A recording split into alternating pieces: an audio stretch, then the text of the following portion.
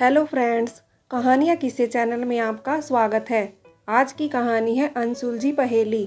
तो चलिए शुरू करते हैं। पूरे मोहल्ले वाले उसकी बातें बनाते और वो उन सबको शेरनी की तरह चीर आगे बढ़ती रहती। न कहीं आना न कहीं जाना, न लोगों को उससे मतलब न उसको किसी से। फिर भी जहाँ खड़े हो जाओ वो सबकी चर्चा का विषय होती। मैं जब नई नई मोहल्ले में आई तो एक उत्सुकता थी, आखिर कौन है वो। मुझे अपनी व्यवहार कुशलता पर पूरा विश्वास था। कम दिनों में ही मोहल्ले वालों को अपना बना लिया। वो कब तक प्रभावित नहीं होंगी। यहाँ आए 5 महीने करीब होने को आए हैं, लेकिन जो बातों का हिस्सा थी वो बातों तक ही रह गई। हाँ, इतना जान पाई थी कि सुपर्णा दुबे नाम है, अपनी बेटी के साथ रहती है। लड़की भी कोई छोटी उम्र की न थी, यही कोई 18-20 साल की होगी। आश्चर्य का विषय ये था कि मेरे घर के सामने उसका घर होते हुए भी कभी उसको देख नहीं पाई। घर के बाहर बड़ी बड़ी 4 दीवारी शायद इसलिए बनाई गई थी कि लोगों की नज़र को बाहर ही रोक दिया जाए। ऐसा नहीं कि उस घर से आवाज़ें नहीं आती थी। दोनों माँ बेटियों की अच्छी दोस्ती थी। खूब हंसी मजाक करना, गलती पर माँ का डांटना और चुपचाप सुनना, सब समझ आता था। लड़की घर से कॉलेज और कॉलेज से घर बस इतनी दूरी ही तय करती और माँ 10 बजे निकल शाम 6 बजे घर आती। जब हम ऊपर की फ्लोर बनाकर शिफ्ट हुए तो उनका कमरा दिखाई देता था। न जाने कितनी बार उन्हें देखने की उत्सुकता से वहां झांक आती, लेकिन यहाँ पर्दा दुश्मन था जो सुपर्णा जी से पूरी वफादारी निभाता था। टिंग टोंग, अरे आंटी आप आइए ना। कविता, कविता नाम है ना तुम्हारा? जी। मन लग गया कॉलोनी में? जी आंटी, बहुत अच्छे लोग हैं, सब चंद दिनों में ही घुल मिल गए हैं। हाँ बेटा, किसी चीज़ की ज़रूरत हो तो बेझिझक कह दिया करो, पड़ोसी ही पड़ोसी के काम आता है। मैं जब यहाँ आई थी तब चारों तरफ सब कुछ खाली पड़ा था, आज देखो इंच भर की भी जगह नहीं। मेरी उत्सुकता मुझे रोक न पाई। आप इतनी पुरानी हैं आंटी? हाँ बेटा। आंटी, एक बात पूछना चाहती हूँ, ये सामने वाला मकान कौन है? ये लोग किसी से मिलते जुलते नहीं, कहीं आते जाते भी नहीं, बस स्कूटी पर बैठ मुंह में स्कार्फ बांधे वो रोज जाती है। बड़ी करीने से साड़ी पहने दिखती है। क्या बात है, कौन है वो सामने वाली? और आंटी जी, कॉलोनी वाले उनके लिए बहुत गलत बोलते हैं, लेकिन पता नहीं क्यों मुझे कभी गलत नहीं लगी। मैंने कभी उनके घर किसी को आते जाते भी नहीं देखा। यहाँ तक कि 6 महीने में उनकी बस आंखें ही देखी हैं। देखकर लगता है गजब की खूबसूरत होंगी। सुपर्णा नाम है उसका। कोई नहीं जानता मामला क्या है। होगी कोई 40 से 45 के बीच की। शुरू शुरू में जब आई थी सबने रखने की कोशिश की, लेकिन तुम जानती हो, अकेली औरत हो तो अनगिनत बातें। मकान किसी दुबे ने खरीदा था, बहुत व्यवहार कुशल था। जब लिया तब सब घरों में लड्डू बांट कर गया था। पत्नी को लेकर जल्दी आऊँगा कह कर गया था। कुछ समय बाद यहाँ कोई नहीं आया, सुपर्णा ही आई। 5-6 महीने पेट से थी, गजब की खूबसूरत। एक बार जो देख ले तो नजर ही न हटे। एक आदमी काफी समय तक यहाँ आता था, कहते हैं दुबे का मित्र था। फिर बच्चा होने के कुछ समय बाद उसका भी आना बंद हो गया। अब तुम जानती हो ना, लोगों के प्रश्न कभी खत्म ही नहीं होते। जब लोगों ने अनगिनत प्रश्न पूछने शुरू किए तो उसने सबसे संपर्क ही खत्म कर दिया। कोई नहीं जानता कौन है, कहते हैं दुबे की रखैल थी। किसी ने कहा उसने भाग कर शादी कर ली तो घर वालों ने संबंध खत्म कर लिए। कोई कहता है बच्ची का वास्ता देकर इसने दुबे से मकान हड़प लिया। यहाँ तक कि यह भी सुनाई में आया दुबे मर गया है। जितने मुँह उतनी बातें। कहते हैं माँ बाप मकान देकर इससे पिंड छुड़ाकर बेटे को साथ ले गए। न जाने क्या असलियत है। सवालों से बचने के लिए सुपर्णा ने सबसे कन्नी काट ली। नौकरी करती है। हाँ, ये सच है, इतने सालों में हमने कभी भी किसी को आते जाते नहीं देखा। ये जरूर इसके चरित्र पर एक प्रश्न पैदा करता है कि दुबे मर गया था तो ये मांग क्यों भरती हैं कि बिंदी किसके नाम की लगाती हैं। पूछो तो कहती हैं हस्बैंड बाहर रहते हैं। अनसुलझी पहेली है बेटा। सुपर्णा के विषय में इतना जानकर कविता की उत्सुकता उसके प्रति और बढ़ गई। सुनो कविता, आज LIC ऑफिस से सारी LIC की डिटेल चाहिए, निकलवा लाना। स्टाफ सहयोग न करे तो वहां जाकर वहां के 4th क्लास से मिलना। हमारे ऑफिस में अक्सर डाक लेकर आता है, उससे पूछ लेना, वो हेल्प कर देगा। लेकिन कोशिश करना ये काम 1 बजे से पहले हो। घर का काम समेटने में थोड़ी देर हो गई। जल्दबाजी में पर्दे लगा दरवाज़ा बंद करने लगी तो नज़र सुपर्णा की खिड़की पर गई। हवा जोरों से चल रही थी, लगा कोई बाल बना रहा है। नज़र वहीं अटक गई। जब पर्दे ने उसे परेशान करना शुरू किया तो उसने पर्दा एक तरफ सरका दिया। शीशे के आगे खड़े हो लंबे काले घुंघराले बाल करीने से बनाए, बिंदी लिपस्टिक सब लगा खुद को निहारने लगी। जिस सुंदरता का सिर्फ सुना था, आज 6 महीने बाद दर्शन का मौका मिला। विचार सीधे यही आया कि कितना बदनसीब होगा वो जो इस खूबसूरत सी पत्नी को छोड़कर विदेश में बैठा है। इतने में पति देव का फोन आया। न जाने कितनी घंटियां बजा चुके थे। कविता पहुंच गई? नहीं नहीं, बस जल्द ही पहुंच जाऊंगी। ऑफिस पहुंची तो वहां बहुत भीड़ थी और समय कम। सीधे 4th क्लास कर्मचारी से मिलने पहुंची। जी मैडम, 4 नंबर वाली सीट पर जो मैडम बैठती हैं उनके पास चले जाना, काम आसानी से हो जाएगा। थोड़ा इंतजार करें, आज वो थोड़ा देर से आएंगी। जैसे ही कविता मैडम के पास पहुंची तो उसकी आंखों में खो गई चिरपरिचित सी आंखें। कौन है ये? जी कहिए, क्या मैं आपकी कोई मदद कर सकती हूँ? जल्दी बताइए, मुझे फिर निकलना है। कविता का काम मैडम ने जल्दी करवा दिया।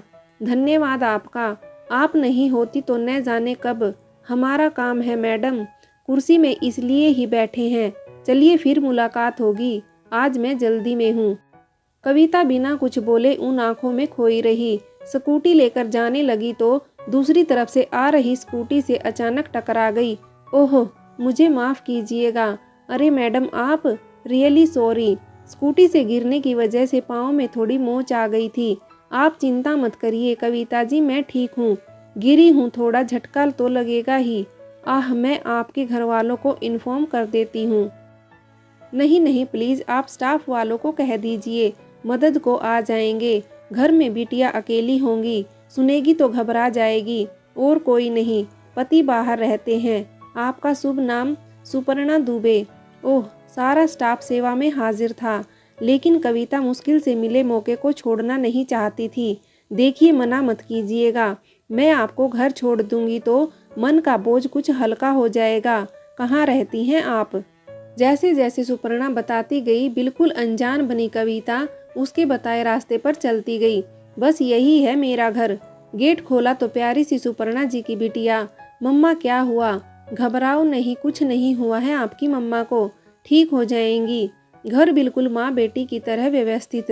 मुझे हाथ धोना है, कहा तो बेटी ने वॉश बेसिन तक पहुँचा दिया और चाय बनाने चली गई। बेडरूम का दरवाज़ा खुला था। वहाँ बड़ी सी फोटो लगी थी जिस पर फूल माला चढ़ी थी। आइए आप चाय लीजिए आंटी, बेटी ने आवाज़ लगाई। माफ़ करना, मैंने आपको चोटिल कर दिया। यहाँ आप अकेली रहती हैं? जी, कुछ समय से मेरे पति विदेश में रहते हैं, आते जाते हैं यहाँ। झूठ कहती हैं आप, क्यों शर्म नहीं आती आपको? आपके पति इस दुनिया में नहीं हैं। अभी मैं उनकी फ़ोटो आपके कमरे में देख कर आई हूँ। क्यों सुपर्णा जी, इतनी सुलझी हुई होकर क्यों अपनी ज़िंदगी को आपने इतना उलझा रखा है? ये बिंदी, मांग, क्या है ये सब? मैं जितनी देर में आपको जान पाई हूँ, आप बहुत सौम्य महिला हैं, दिखने में ही नहीं बातों में भी खूबसूरत। तो फिर ये झूठ क्यों? जानती हैं मैं कौन हूँ? मैं कविता, आपके सामने वाले घर में रहती हूँ। आज 6 महीने में आपको अब देखा है, लेकिन क्यों झूठ बोलकर सबको अपने आप से दूर कर रखा है? मुझे जवाब दीजिए प्लीज़, सुलझा दीजिए ये पहेली। देखिएगा, आपको भी आराम मिलेगा। क्या जानना चाहती हो? यदि तुम्हें ये सुनकर सुकून मिलेगा कि मेरे पति इस दुनिया में नहीं, तो यही सच है, वो इस दुनिया में नहीं है। हमने प्रेम विवाह किया था, घर वालों ने हमसे नाता तोड़ लिया। मेरे घर वाले जबरन मेरी शादी कहीं और न कर दें, इस डर से हमने कोर्ट में शादी कर ली थी। अविनाश ने बड़े अरमानों से ये मकान खरीदा था। मेरी तबीयत कुछ दिनों से नासाज थी। टेस्ट की रिपोर्ट लेकर आई, अविनाश का इंतजार कर रही थी।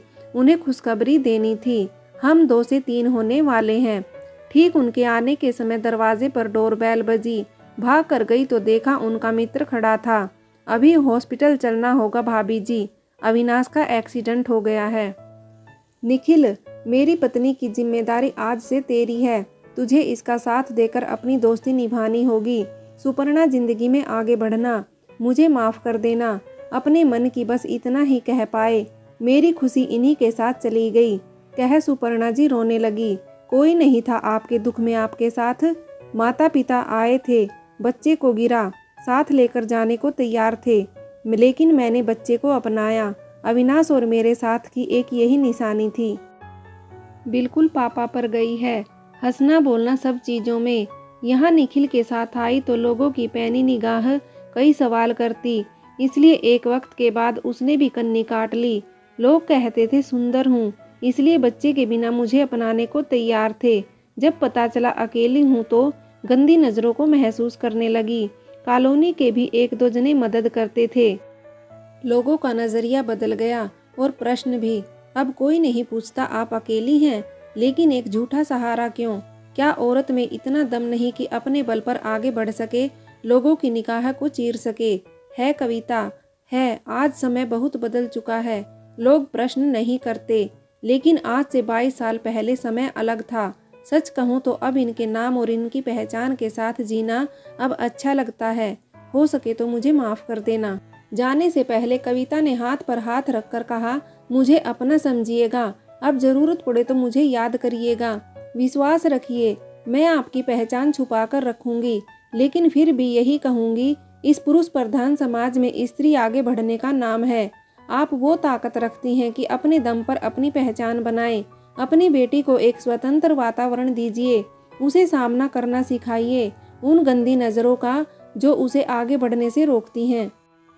बाहर निकली तो कॉलोनी की औरतें कविता का इंतजार करती नजर आई। बहुत देर लगाई, अंदर क्या हुआ, कुछ पता चला? किस विषय में? वही उसके पति। कविता मुस्कुराहट के साथ बोली, बहुत खूबसूरत हैं वो, और उनके वो जहाँ भी हैं अपनी पत्नी की हिफाजत किए हैं। यदि औरत दूसरी औरत की दुश्मन न हो तो बहुत आसान हो जाए सामने वाले के लिए अपनी पहचान के साथ जीना। सुपर्णा कविता की बातें दूसरी तरफ से सुन रही थी। क्या मतलब, क्या कहना चाहती है? क्या वो? आपने सही सुना है, वो विदेश में है, कह कविता चली गई। सुपर्णा दुबे सभी के लिए आज भी एक प्रश्न बनकर रह गई। क्या इतना कठिन है एक औरत के लिए अकेले जीवन जीना? क्यों? आज की औरत अबला नहीं सबला है, जीवन अपनी शर्तों पर जीती है, और शायद वो भी जी सकती थी, लेकिन उन्होंने सही कहा। बिंदी चूड़ी कंगन, शायद उन्हें उनके साथ से प्यार हो गया था। अपनी पहचान छुपाकर जीना किसे अच्छा लगता है? यदि एक औरत दूसरी औरत का साथ दे तो ये समाज उन्नति कर सकता है। औरत को किसी सहारे की जरूरत नहीं, वो अपने दम पर जीना जानती है।